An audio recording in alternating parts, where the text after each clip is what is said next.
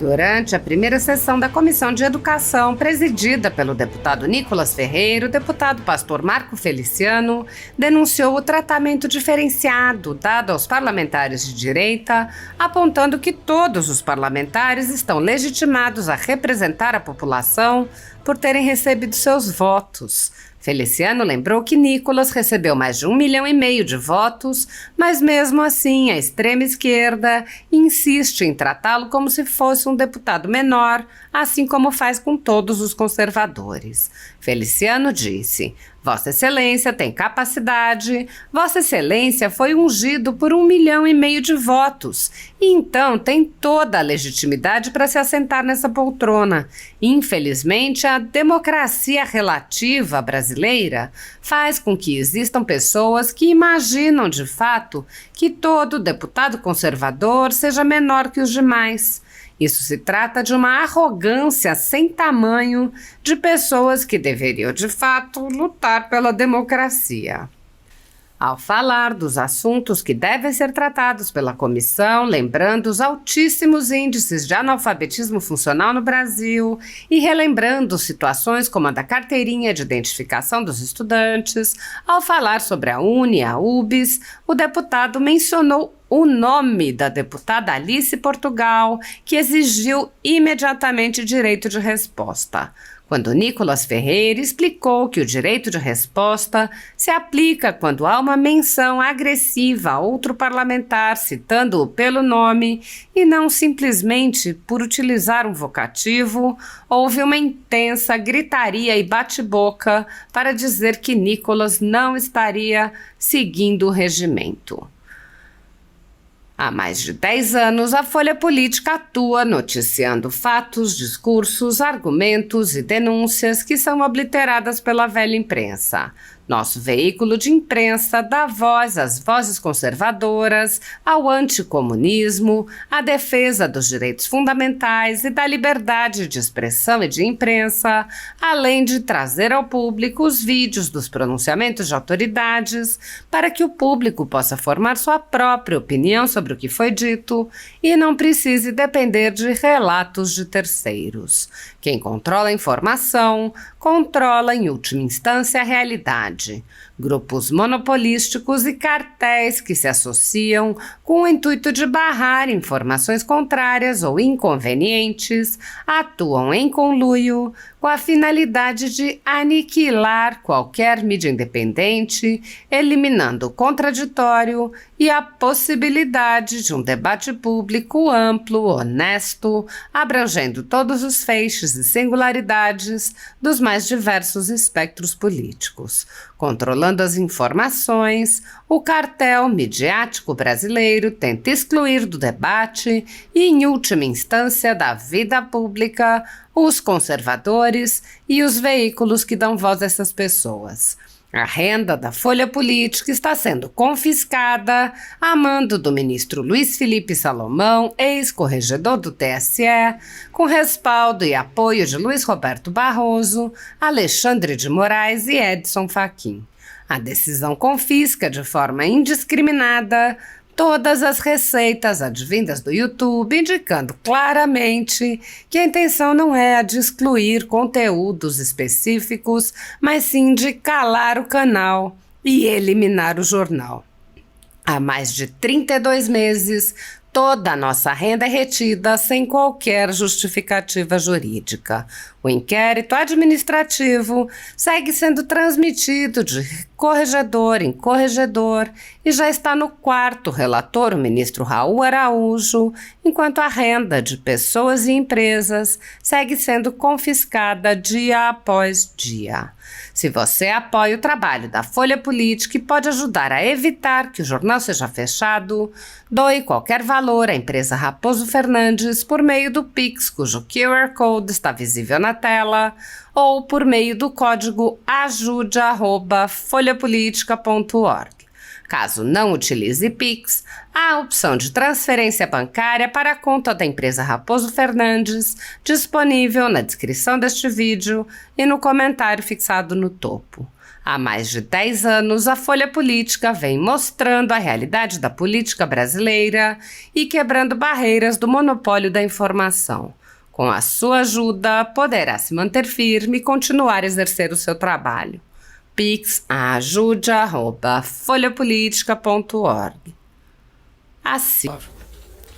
Senhor presidente, deputado Nicolas Ferreira, que eu dou os parabéns e muito bem-vindo a essa comissão como presidente. Vossa Excelência tem capacidade, Vossa Excelência foi ungido por mais de 1,5 milhão de votos, então tem toda a legitimidade para se assentar a essa poltrona.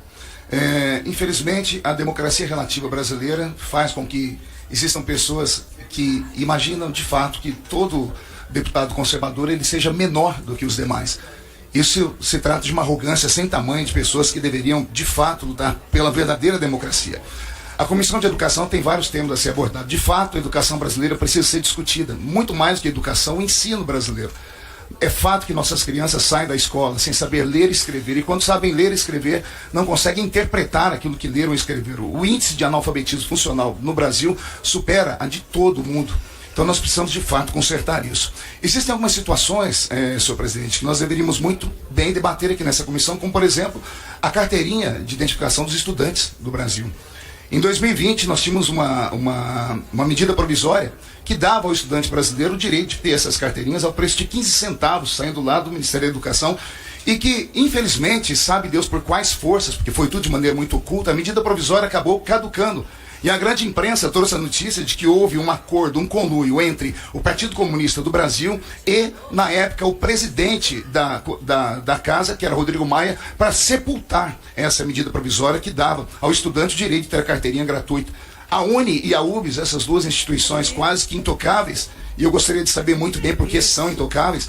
Eu me lembro que eu consegui, por 2 vezes, 171 assinaturas para fazermos aqui a CPI da UNE, e infelizmente nunca caminhou.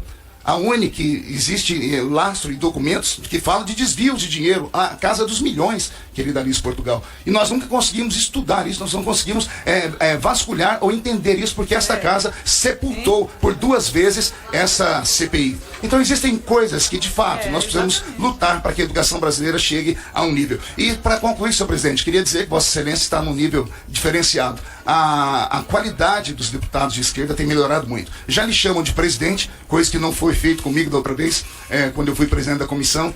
Inclusive aqui não lhe alfinetaram muito, talvez por medo ou até por respeito à sua grande mídia social, e Vossa Excelência tem uma entrada gigantesca com os jovens do nosso país.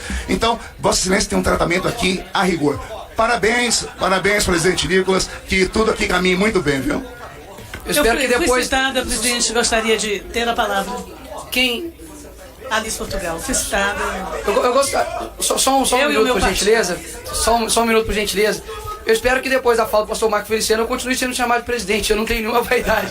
Tá super tranquilo, tá certo? O senhor citou a deputada Alice Portugal, eu não com elogio. Mas eu acredito que não tenha sido citado de forma pejorativa. Não, mas foi elogio, senhor presidente. Citou a mim e o meu partido. Eu gostaria de ter direito a... É o seguinte, foi só um minuto, por gentileza, pastor Marco Feliciano. Eu também serei. Se toda citação aqui, caros deputados, de qualquer natureza, a gente for parar para um debater e outro rebater, mas vai não ficar é de algo... qualquer natureza, é uma natureza é regimental, eu não sei se quando há ofensa, a pessoa mas tem não foi ofensa, deputada Sandra. Eu acho que foi elogio. Onde eu ofendi? Mas não foi ofensa. É por isso que precisa. Onde eu ofendi? Tá bom, eu quero te fazer uma Eu vi como pergunta. elogio. Eu quero te fazer uma pergunta. Qual foi a acusação, Alice Portugal, que aí a gente coloca... Citou que houve um conluio do PCdoB com a casa isso tá na imprensa. Para beneficiar Foi a imprensa que a União disse. Nacional dos Estudantes. Eu tenho o direito de responder. Alice Portugal, isso são conjecturas que qualquer um pode fazer. Eu não acredito que caiba aqui. Não, de fato. Um falou de Paulo Freire, outro falou de Olavo de Carvalho. É uma acusação mentirosa. Doutora Alice Portugal, mentirosa. Deputada Alice, 1 minuto para a senhora, então, fazer as suas explicações pessoais. E a minha inscrição está aí garantida. Perfeito. Bom, senhor presidente, porque eu respeito os ritos da casa, apesar de achar que ainda não era o momento e nem o nível de maturidade para dirigir uma comissão dessa natureza, assim como protesto veementemente ao tratamento dado aos servidores de carreira, o senhor pode mexer nas funções. Mas nos servidores tem que ter respeito a esses técnicos da mais alta qualidade que essa casa possui.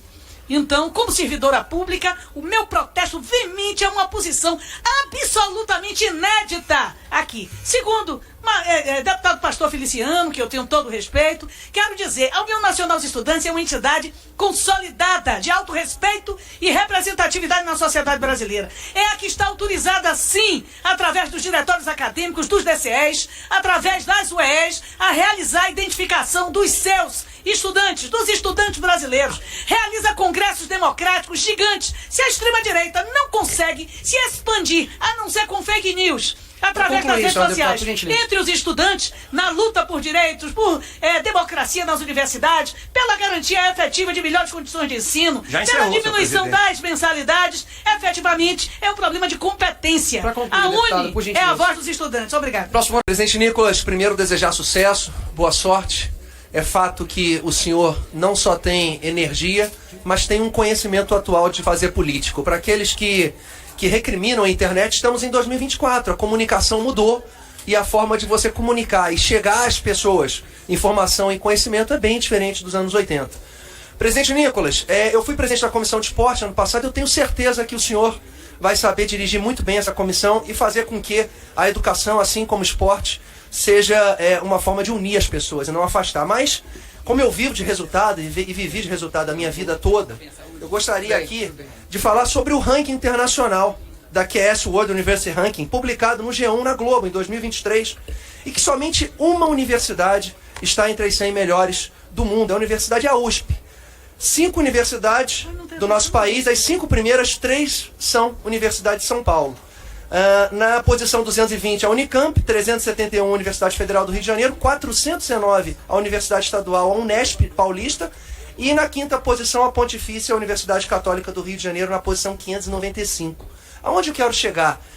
O ensino básico, o infantil, o fundamental, o médio, em cada estado reflete a posição das universidades federais, estaduais, universidades federais 69.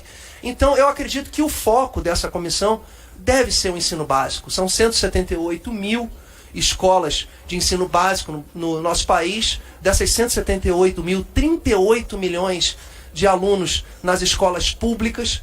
Então, eu digo sempre o seguinte, eu estou no meu 6º ano como deputado, eu enxergo muito mais o secretário municipal daquele pequeno município, muitas vezes mais importante até do que o ministro da Educação. Eu sou a favor de liberdade nos municípios e nos estados, não quero ver a educação brasileira engessada. A gente tem que ter um mínimo de convergência. Assim como uma final olímpica de natação, onde você tem os 8 melhores, cada um treina diferente, mas cada um tem uma convergência de um básico necessário. Então, através da criatividade de um secretário municipal de educação, de um secretário estadual, de um ministro, a gente vai começar a observar em cada estado como a gente está posicionado no ranking. E o que eu sinto muita falta na educação brasileira é a resistência em avaliar o aluno, o rendimento no município, no estado. Parece que a educação brasileira não gosta de competição, e a competição é saudável. A gente precisa melhorar, ao contrário que o deputado Zeca disse, eu peço mais 30 segundos e eu finalizo, presidente Nicolas. Concedido, deputado. Eu sou professor de Educação Física, formado em licenciatura plena, já dei aula na rede municipal do Rio de Janeiro, com 1.650 escolas, e é fato que a gente precisa melhorar muito. Recentemente, no município do Rio de Janeiro, município rico, com mais de 40 bilhões de orçamento, tem alunos ali na educação, no ensino fundamental, tendo aula num caixote. A gente teve, infelizmente, apresentações muito inoportunas ano passado, de cunho sexual, e eu acho que esse norte a gente tem que dar ao nosso país. A gente tem que ser criativo, mas não pode permitir ações como essa com as nossas crianças. Obrigado, presidente Nicolas. Obrigado, deputado Luiz Lima.